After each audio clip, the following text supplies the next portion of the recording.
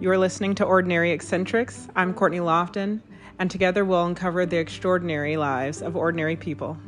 Let's hop into it. Okay, we'll get started by just having you give an introduction of yourself, first and last name. My name is Sindia Jean. Nice, Sindia. And where were you born and raised? I was born in Florida and Mm-hmm. raised in Fort Lauderdale, Florida. Cool. Fort Lauderdale is Central Florida. No, I'm gonna fail geography in this one. South Florida. South South Florida Florida. um, is in South Florida.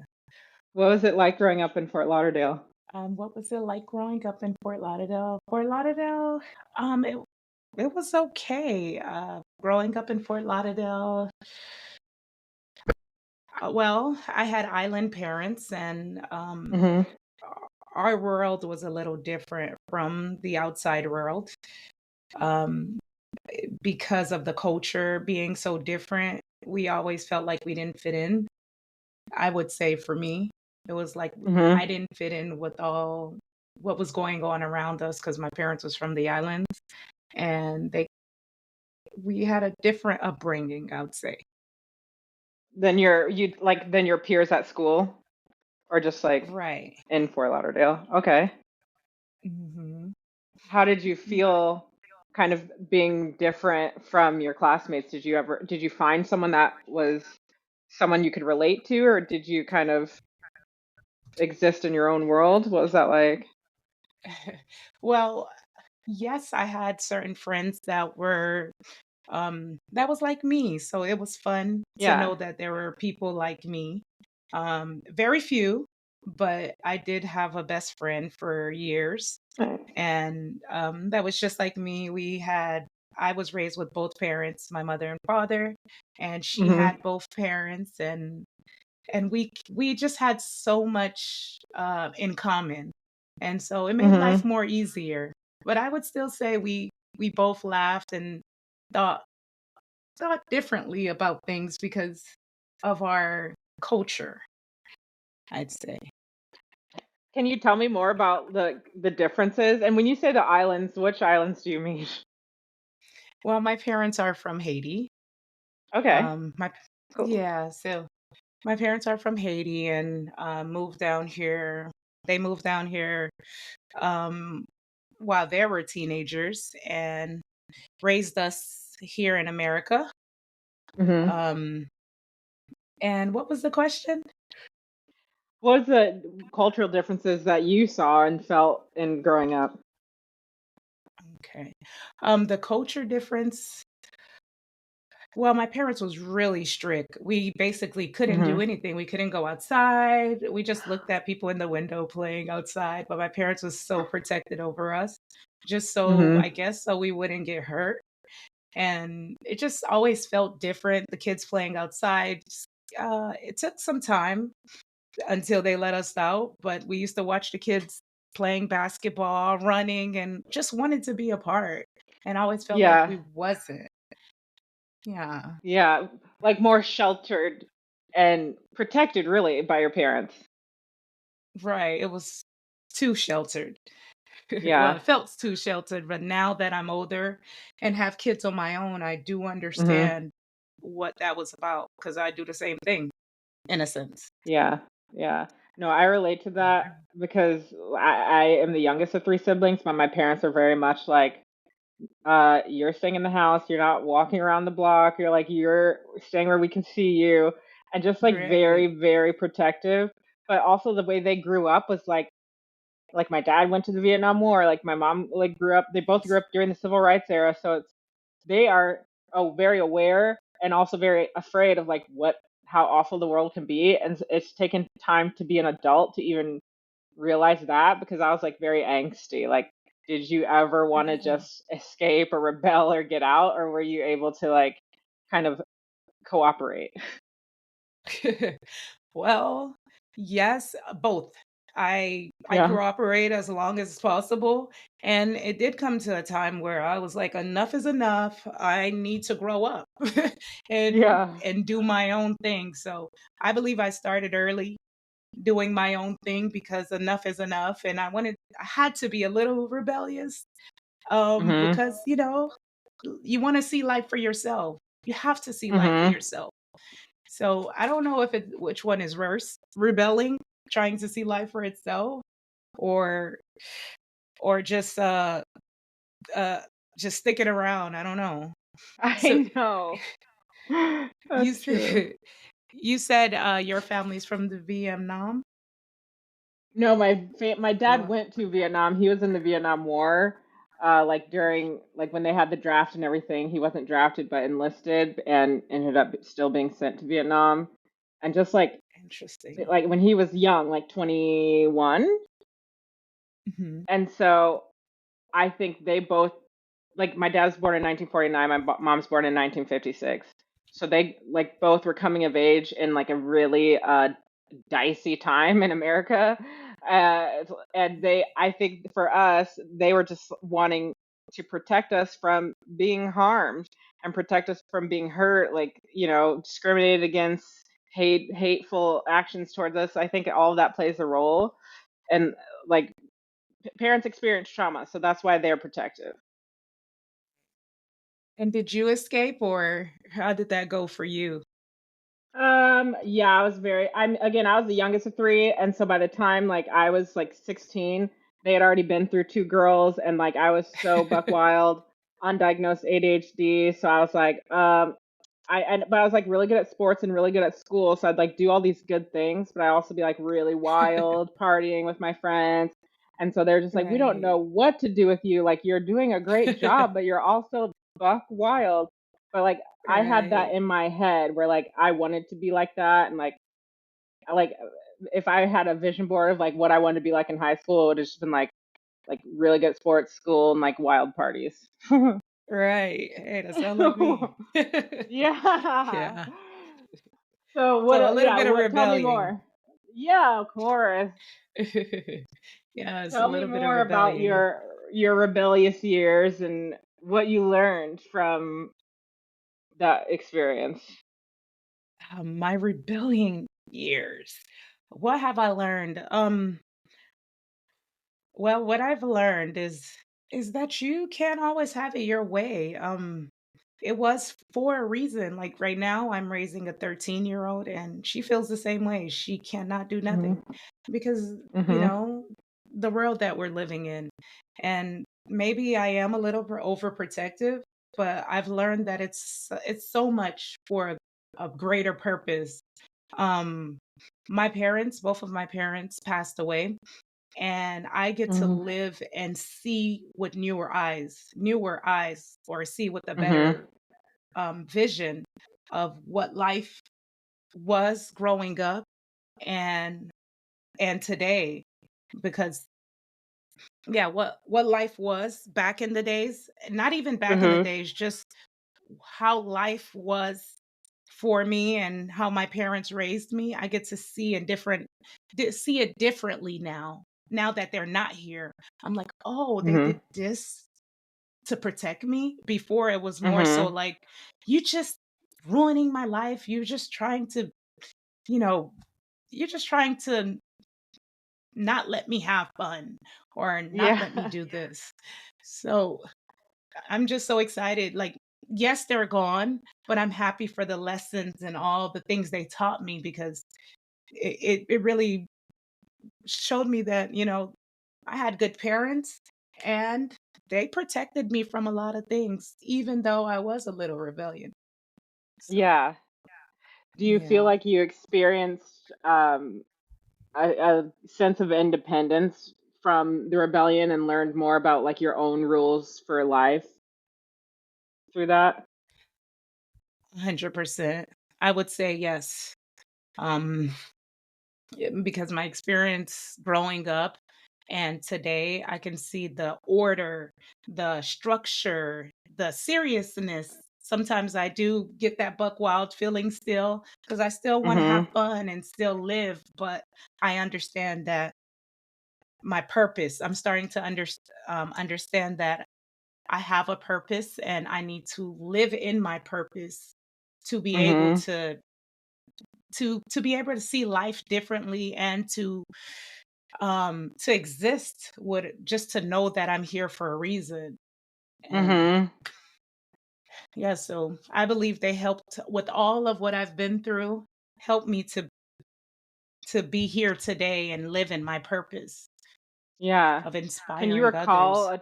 a time where you like had like or whenever you started to make the transition towards being more self-aware and like doing the self-work and uncovering your purpose? Do you know like if there was a specific time of your life when that stuff started to click?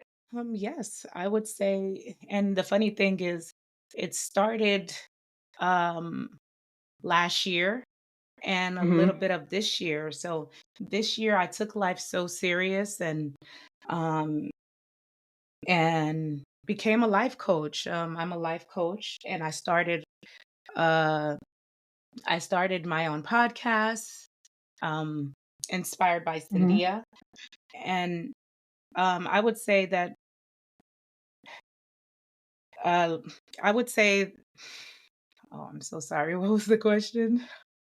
Just about your self-development, your self-growth when you started that journey. Yeah, so when I started the journey, just trying to take life more serious. When I started the journey, taking life serious. I'm Mhm. so sorry. I'm trying to think. No, you're good. Um, When you say taking life more seriously, I guess what was your outlook before that? a little bit of wanting to wanting to my life before that was just living comfortably, wanting more, but not knowing what route to take to get more, Mhm. I'd say. Mhm. Wanting more and just living in an imaginary, just thinking that, if I wish harder, things are gonna come. Till I Mhm. actually said, "You know what? I want this and I can take baby steps to getting where I wanna get to or going to where I wanna go." Right. Have you ever read like about visualization or like stuff like that, like manifesting? Yes, I've read a lot about. I'm so big on self development work. When I was younger, Mhm. because we couldn't go outside, and that played a big role in my life. Not going Yeah. outside allowed me to live in my imaginary world. So till this day, Yeah. I'm such a big imagine. I play with the vision all the time of what I want, Mhm. what I want to become. I mean, all I had was my parents. Although we couldn't go outside, it was a lot of book work. We had books and we had paper, Mhm. and I used to draw and just think of what I wanted to be as a I didn't know I was doing the work of professional or profession Like of development. visualizing.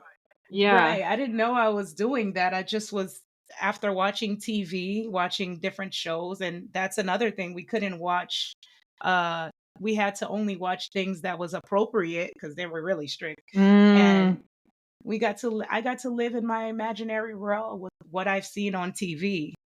And that's another reason why I'm so tough on my daughter as well because these days, they get to do Instagram, Yeah. YouTube, and get influenced by so many different other things. When I was a kid, it was just you watch things that was kid appropriate, and now it's just Mhm. such a different shift that just make things so differently. Yeah. And that's such a double-edged sword because when you have like tons of media influence, you end up wanting things that maybe you wouldn't want, but you only like desire it because it's been shoved into your mind so much, like repeatedly. But not Right. having all of that exposure, you do just get to daydream. But then again, like not having that exposure like the ideas that you get may not be like as a wide spectrum of ideas. Right. Yeah, So, and yeah. yeah, I would say that that does play a big role, and it makes me happy to know that I got to, be raised in not seeing so much because nowadays, like you Yeah. said, you are forced. You're forced to want Yeah. what you see. Yes. Can you remember Mhm. anything that you daydreamed about or visualized when you were younger? Yes, I used to watch a lot of, see, back in the days, it's fun. I used to watch Brandy, Moesha, and she was Yeah. this cool girl that had a TV show, and I just wanted to be her. She had successful parents, and she wanted to live in a world where, things was her way, and her parents was so strict, and I kind of Hmm. related to her story so much, but she had like cool fashion, and she Hmm. always wrote in her diary. So it was so amazing to have her as an influencer. So as a kid, I always dear diary. Every day I used to write it Oh. journal because I used to follow, it was the TV show was called Moesha. Oh, I remember And Moesha. yeah, and Brandy was she was actually Brandy, and I was raised like Yeah. she literally lived a life like I did. Her parents was so strict, and you know, journaling. And so I would say, to answer your question, to answer your question about, um Daydreams, visualization. yeah, I got that. I was not forced like it is today of watching something and thinking that that should be your life. I got to see the goodness in the Right. childhood. So, And finding something that you Moesha, can relate to. right. So those that plays a big role. Yeah. Mm. And so you mentioned journaling. Do you think writing helped you, I guess, with the feelings of maybe feeling isolated from your peers or like not quite in line with the culture of like the people around you? Is that one of the ways that you coped? I would say yes. Hmm. And expressing myself. It was just a way of expressing myself. Just like Moesha, she would get upset and then she would be like, "This is what happened today." And I learned to write just like her. Dear diary, I'm so mad at my mother. She took away my phone. And that's another thing. We didn't have Hmm. cell phones. So it was like the house phone, and you can, if someone call you, everyone knows. And if someone pick up the other phone in another room, they can hear your conversation. So Yeah. those things, and our problems, just the problems, the things that the situations that we caught, ruining, thinking we're ruining our life, or as a teenager, everything you feel like everything is ruining your life. Yeah. So those things, um, those little things I called problems, I got to write them down, and yeah. And So use it to reflect. right. So So life was a little different. what did you do after high school? After high school, I was so over school. I took a Yeah. break, a long break. I went to work. I started working. I started Nice. to work. I didn't go to college. I started to work, and that sucked too. Just having a job, working, thinking I wanted to grow up. I wanted to grow up Yeah. so fast. So, Like you want to be there already. right. Where Yeah. did you first work out of high school? I had a call it. I worked as a server, and it was Mhm. fun because I worked with a lot of teenagers that had Mhm. a whole different experience than I did. So it was fun. It was a lot of us the same age, and that allowed me to have a sense of freedom working with people that had money Yeah. and lived a different life. So I would say that's when more so rebellious started to happen. Like, I'm not listening to Yeah. you. I listened to you my whole life. I'm gonna do my own Was that thing. your first job that you had, or did you Yes. work while you were in high school? Okay. So yeah, then it's Yeah. like Well, I've got my own money. I can like figure like you can't tell me what to do. Right. You can't tell me what to do. I got my own money. Matter of fact, I don't need your phone anymore. I can buy my own cell phone. Yeah, So, that's yeah. funny. So tell me more Yeah. about your experience from then to now. Like what piece together the timeline. Mhm. From then back then, it was just more so, um well, back then, it was more so because I was so my life was so sh just like a robot, just doing things Mm, every day, the continuing, that schedule. I just totally went the opposite growing up. I was like, "I'm not going to." If you want, my parents had a home, and all mhm, they wanted from us was to go to school. I didn't have to pay any bills. They just wanted me mm, to go to school. And of course, I didn't want to go to school. I didn't want to do anything they wanted me to do because their life is boring and they lived mhm, too strict. So I went the opposite. I rebelled. I didn't go to, like, if I had a job, because I didn't have to work, I worked because I wanted to. If mhm, I didn't like the job, actually, I stayed at working for a while, but if I didn't like the job, I was okay with leaving. I just mhm. was so rebellious. I was tired of rules. Um, and just I was tired of rules and I did my own thing and had a lot of fun, Tell and now, it took some time. I end mhm, up I would say end up having 3 kids, and I had to be an example. My daughter is 13 and I know I have to be an example for her. So it was like, okay, one day after all that I put myself through with the 3 kids and the responsibilities, some mhm. of learning how to not only help myself, but they came home with homework. And I realized that, there's so much more to life. So I had to go back to the basics of how my Yeah, parents raised me. And it was back to strict. It was back to, at this time, you do this, go to the gym, you come from the gym, make a schedule for yourself. I had to right. live more stricter on myself so that I can be able to be a better example to them. Um, Yeah, and like have more discipline.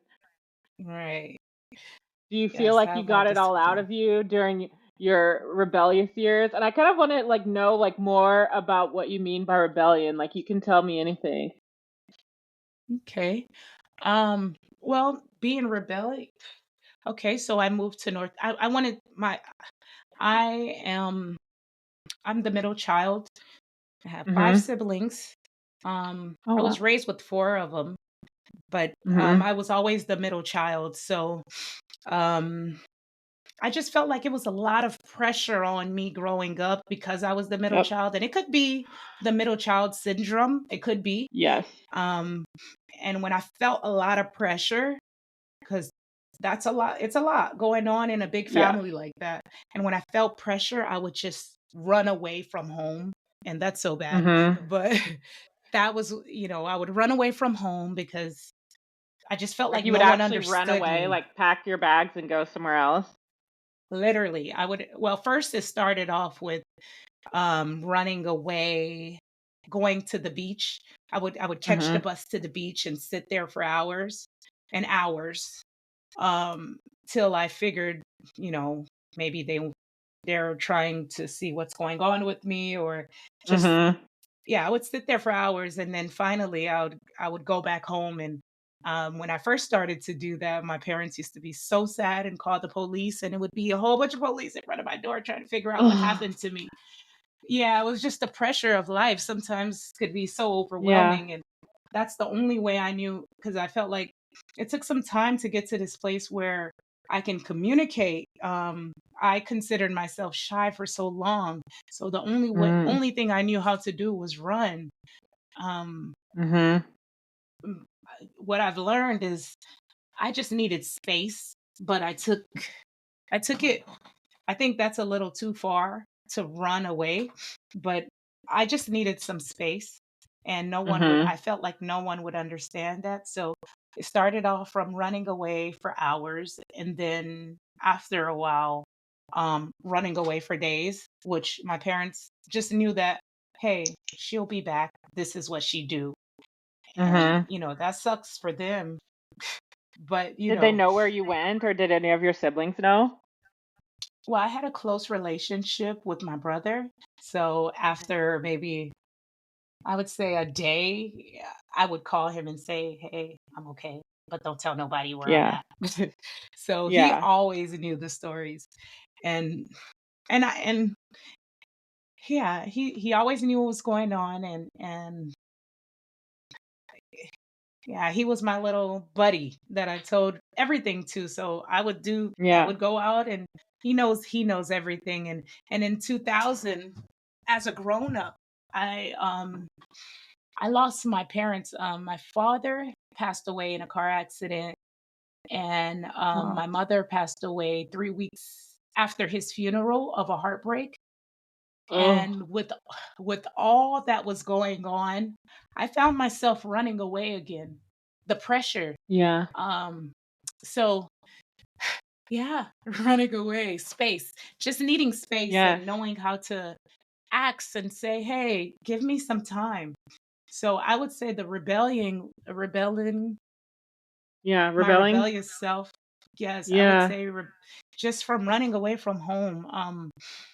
And sometimes, nothing happened. I was just, well, nothing never happened.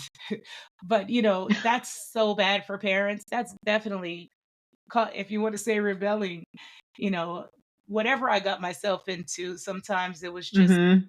going to a friend house or a boyfriend house that, just hanging out.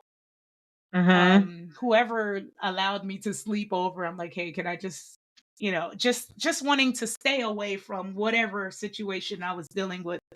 And yeah, so I Almost would like say just that's, looking for a change of pace and getting out of the house and kind of yeah, rebelling against the sameness. yeah, Did rebelling. your siblings feel that way too, or like, with how did they deal with the strictness? Um, well, my brother that I used to tell everything to, he Mhm. he had the free pass because of my rebellion ways. He Mhm. got the free pass so much like you Was he being younger? the last. Oh Yes, yeah. he was. Yeah. So he got it easier. But the other two, um, they, I would say, they did their own thing, like rebelling in their ways. But I don't think it was as bad as mine's. So Mhm. yeah. And if you feel comfortable talking about it, like, you lost both of your parents very suddenly. How did you cope as siblings and a family after that? Mm. Well, yeah, that's a big loss when you lose both parents at the same time. And I would say we had a really, really close friendship and bond while my parents was here. And these Mhm. days, we're just winging it, trying to make it happen. So holidays, we try to come together. Um, Mhm. but yeah, we try to come together. It's really hard. It's really tough because all we knew is, they're the guidance, and they make Mhm. things work out for us. So now we're just trying to, it's almost like starting off from scratch. Those are Right. it's weird to say. I don't know if you ever lost loved ones, but your parents. I don't know if you lost your parents, but once Mm-mm. your parents is gone, it's almost like you're here. Well, yes, when your parents is gone, it's like you start over with your siblings. It's no more, Mhm. I'm just your sister. It's, we got to start over and build this relationship from not only being a sister, you have to be my friend, because Right. there's no more parents, and you can go on your own and do your own thing, and we can act like, yeah, you can do your own thing, or we can just remember that we started this together. My parent We have so much of the same memories, so we can Mhm. stay connected, but at the same time it's building this relationship all over again and saying Mhm. that we're not only sisters and brothers, but we're friends. Yeah. So And it's kind of like now what? Like you lose your the people that were guiding you and kind of like helping you stay on like more of a disciplined path. Did you feel like you had to take on more responsibility even for yourself in your life after that? yes, I would say I did have to take a lot of more responsibilities because losing parents suddenly, they left Mhm. with a lot of things. It was just a yes, I would say yes. I had to take things more seriously within myself and Mm. be an example for my kids. Mhm. But I would never take back from the experience because it was almost like they were here. It sounds sad that I lost both parents, but it's also a blessing because all I knew was them, my mother and father. Mhm. And then just that same year to lose both of them at the same time just showed me that they came in my life for a reason and now their job is done. So now it's my job to take what they taught me and work with that. So it's Yeah. such a blessing that no one would understand unless you actually had this type of situation. So Yeah. yeah, I would never change that. It shows me that I was part of their journey. They were not. Um, Mhm. yeah, I was part of their journey. They came in my life for a certain time since the day I was born, and then after they left together. So I think it's an amazing story. They were a couple. They went through their situations, but at the end of the day, um, they left together. So we learned what we Mhm. learned from them, and their job here on earth was done, and now it's my turn. So That's really beautiful. yeah, you have to make a story for yourself so you Yeah. can have meaningfulness in your life. And I think Mhm. part of their story helped me to uncover who I am. It had to be. Mhm. And yeah, it's just so amazing Do you have how any life advice for anyone who is coping with grief, especially like sudden deaths in the family, like on how you can have a different mindset, or like what is a helpful mindset to have about it? absolutely. First, I would say I tell people all the time. First, everyone in this world is not here to stay. Everyone is going to Mm. pass away. So have the conversations about how do you want your funeral? Um, where where about your finance? Talk about the Mhm. finances of your funeral. Everyone is going to pass. You don't know when. Mhm. My parents passed suddenly and they didn't have a will. So that caused a lot of conflict in the relationship with my siblings.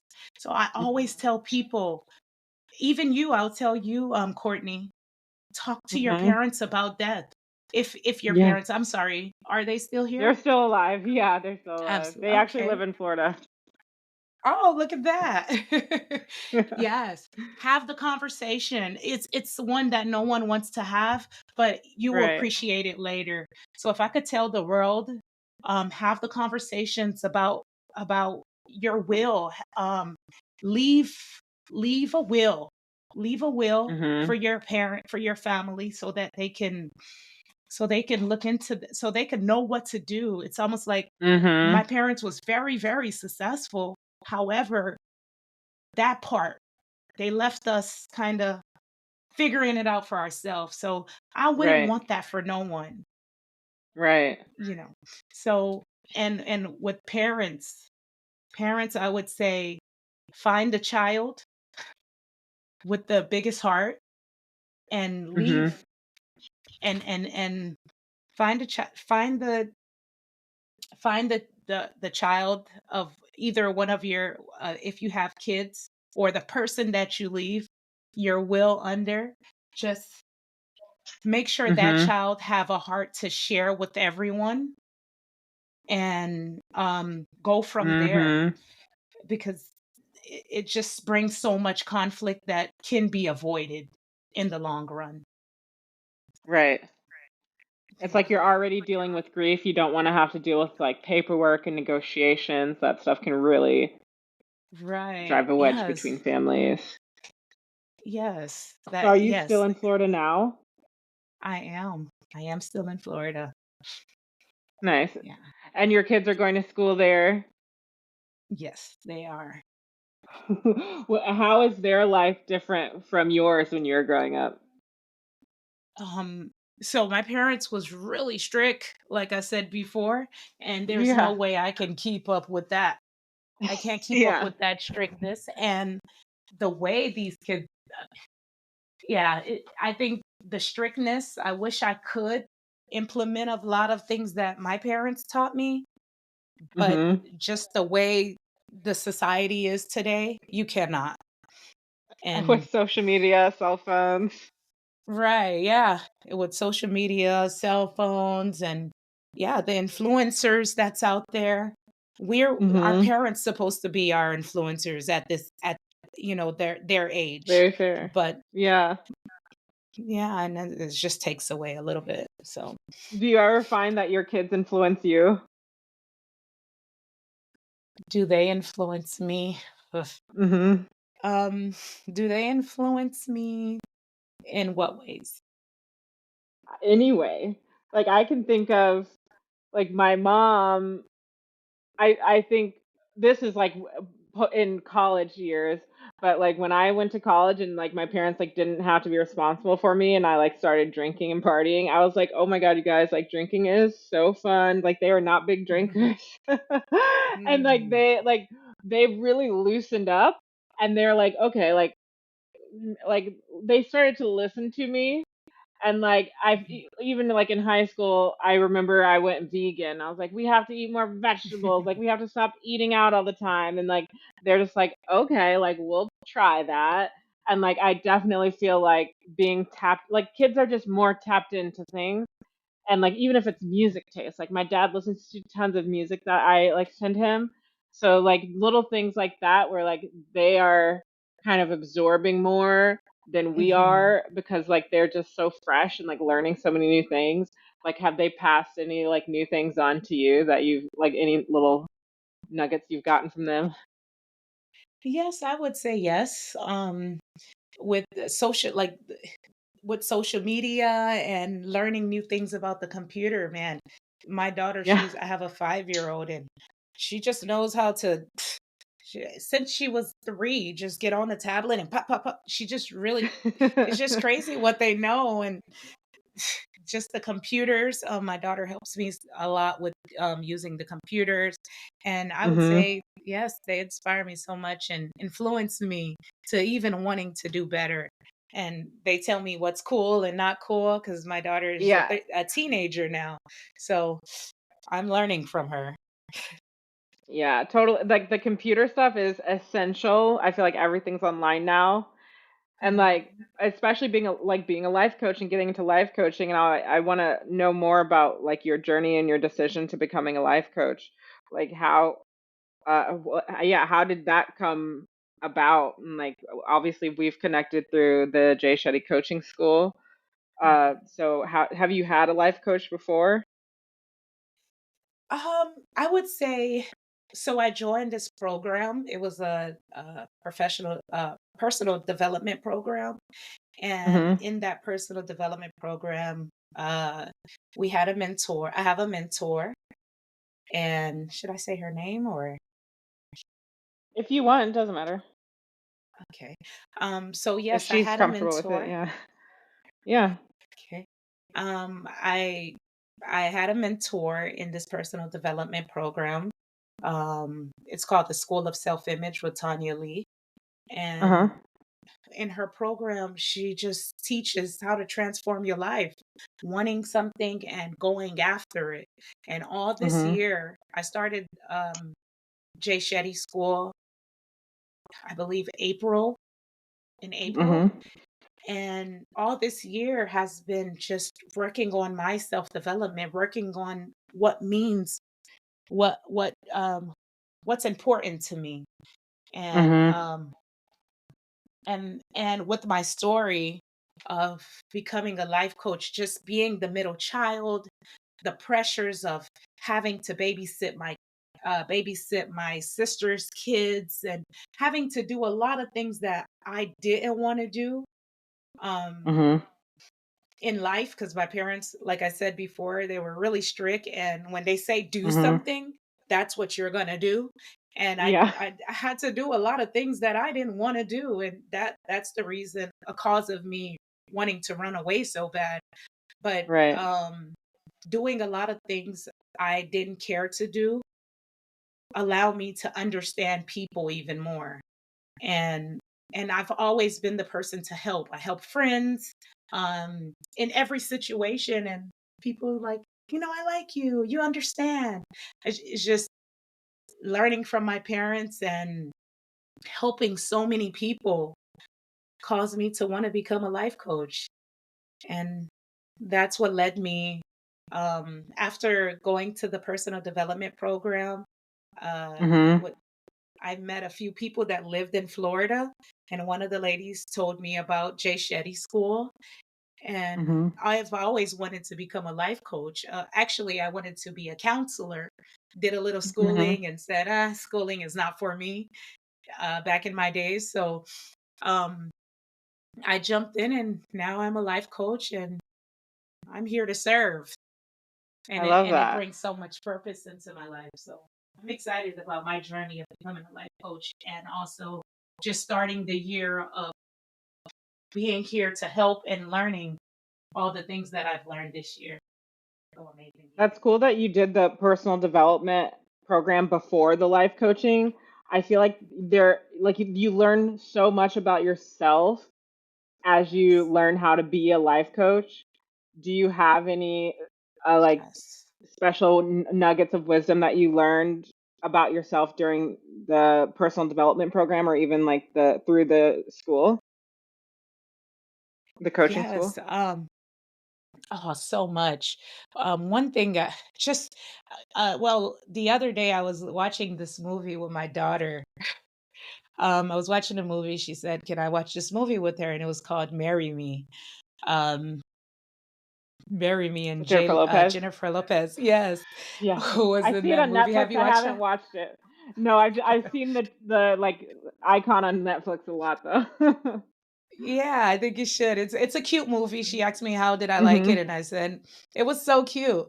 But one thing they said in the movie that that one thing one thing that was said, it said, if you have a question, when you have a question, let's see if I can remember that. If you sit with your question long enough, you will find it. And Mm. when I heard that, forget about the movie. It sounds just like life coaching. And that was just that part of the movie was just hearing that question when you, I mean, just hearing that if you sit with your question long enough, you'll find the answer. And if anybody would Mhm. ask me about life coaching, that's what it is. Just sitting, helping you sit with those, in the Jay Shetty School, Mhm. through training. When we were training, we got a chance to do one-on-one coaching and Mhm.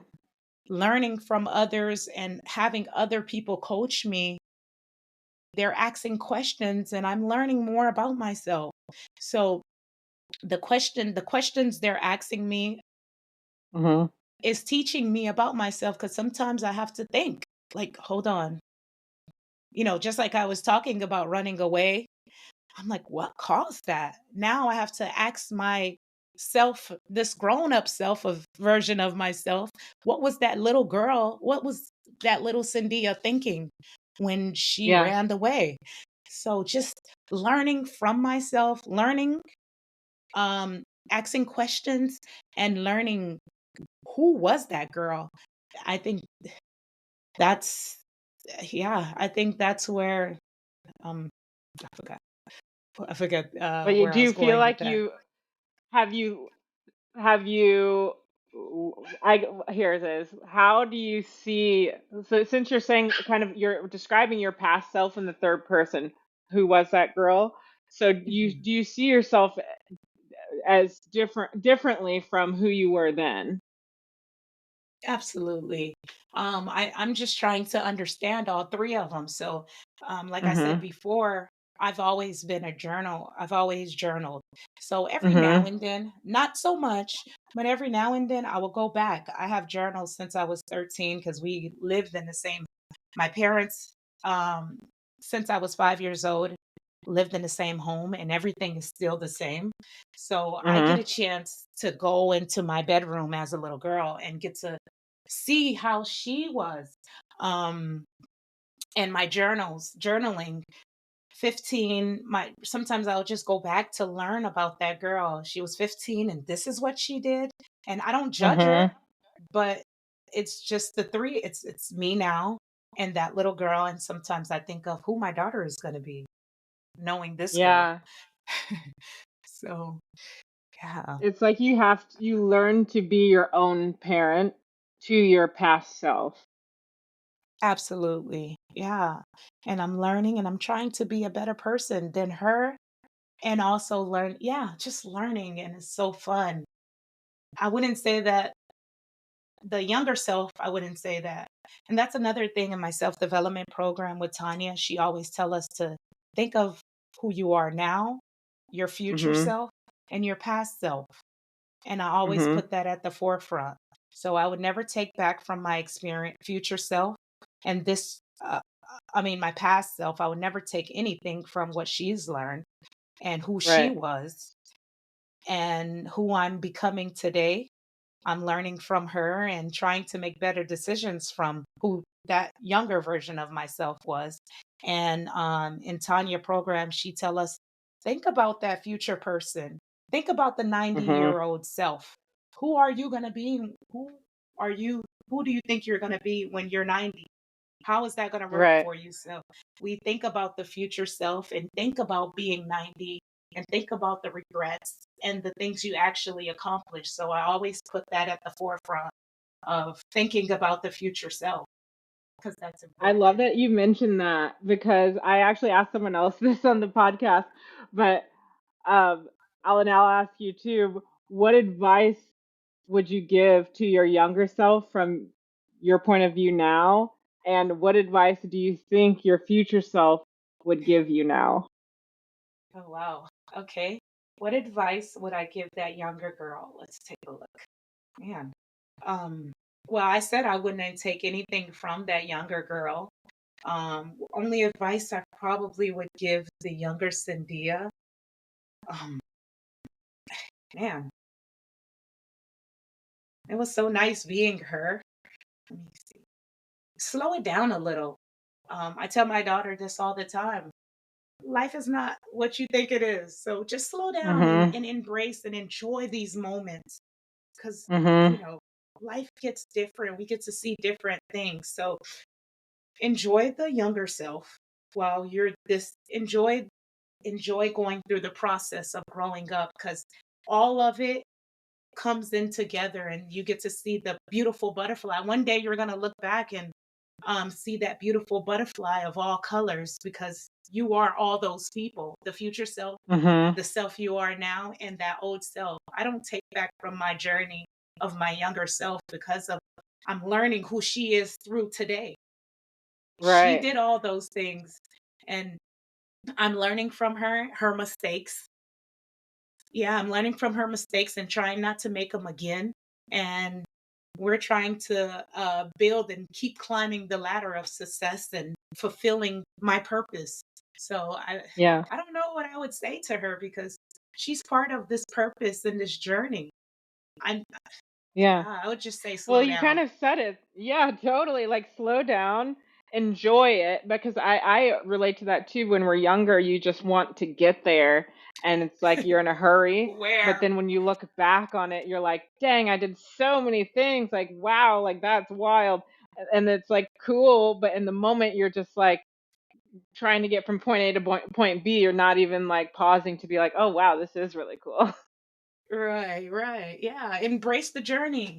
Embrace your Yeah. journey because yes, we do want to grow up so fast and you're like just like you said, I wanted to get there. Then you realize there is Mhm. nowhere. Right, and you have It's so just much more to go. exactly, it's nowhere. Just keep going through the process and making it count. That's another thing I Mhm. learned from life coaching. This year, just writing what I wanted and making it happen, setting goals Mhm. and making it happen. And that's what I did this year. And I cannot believe we're in December, literally, It only goes, yeah. because every month I came out with what I wanted for the month. I came out with the goal and I put what I wanted to accomplish this month. What did I want to accomplish? I'm going to do it afraid. I'm going to do it anyways. And I put that at the forefront and I kept going and I'm still going. But it was Yes. actually making goals, setting goals and making it happen for myself. So I'm so proud of this Sindia, I have to tell you. Love it. Yeah, I'm so proud How of do you her. how do you stay motivated, especially when you may feel fear? Um, how do I feel motivated? Is I have affirmations. Listen, Nice. affirmations is my life because I think of the things when no one is around, saying those affirmations, and when I have to, do things that feels a little uncomfortable. I remember saying that I'm excited to become this woman. Um, Mhm. I'm gonna fall through with the decision that I made. I'm gonna do this afraid because I have to say that that older self, Sandia, the older Mhm. Sandia, she was shy. So I'm so proud of her Mhm. today. So many ways, so many things I could say about her, but she was a shy girl. And now I'm Mhm. just like, feel the fear and do it anyway. So this is a shy girl Love talking that. to this was a shy girl talking to you, but I had to Yes. use those affirmations and make it work for me. Oh, I love that. There's another good piece of advice for your past self. Like you Oh will yeah. grow into yourself more and you will like gain that confidence to really express yourself. Yes, absolutely. And and it always remind me I didn't know before, but I love butterflies. And I see why Mhm. now because if you think about a butterfly, it's just a raggedy fluffy caterpillar that's just I Right. mean I mean I don't mean raggedy, but it's just a A caterpillar. worm. And if Yeah. yeah, it's just a worm. That's a better way. It's just a worm that's just crawling around, minding its business. No one cares about it. If you see it, you're like, oh, look at that caterpillar. You touch it, just rolls up and high and Mhm. goes underground and you don't see it anymore. But in time, it's this beautiful thing that you can't help but to say, wow, look at that. And so I Mhm. see how I and why people think of butterflies being so amazing because that's the journey. Embracing your journey allows you to be that butterfly, that worm, and become that beautiful, colorful butterfly. Right. We go into our cocoon of self-awareness and Right. self-help and then we come out as beautiful butterflies. Correct. Metamorphosis. If absolutely, if you do the work, and that's the Yes, important that part. that Yeah. part. So So you once you get also in have a that cocoon, podcast. yes. I do you want to share more about your podcast, what it's about, what it's called, and uh, any final words of wisdom? So my podcast is called Inspired by Sindia, where I'm Hmm. sharing stories like how we're talking today, sharing different stories and about my journey and finding people that's similar um, in that process. Uh, Inspired by Sindia is I'm sharing stories with individuals that inspires me. Um, Hmm. that inspires me or inspire us to live in our purpose, to be the true version of ourselves. So, living in your purpose Love is it. the way of life I see.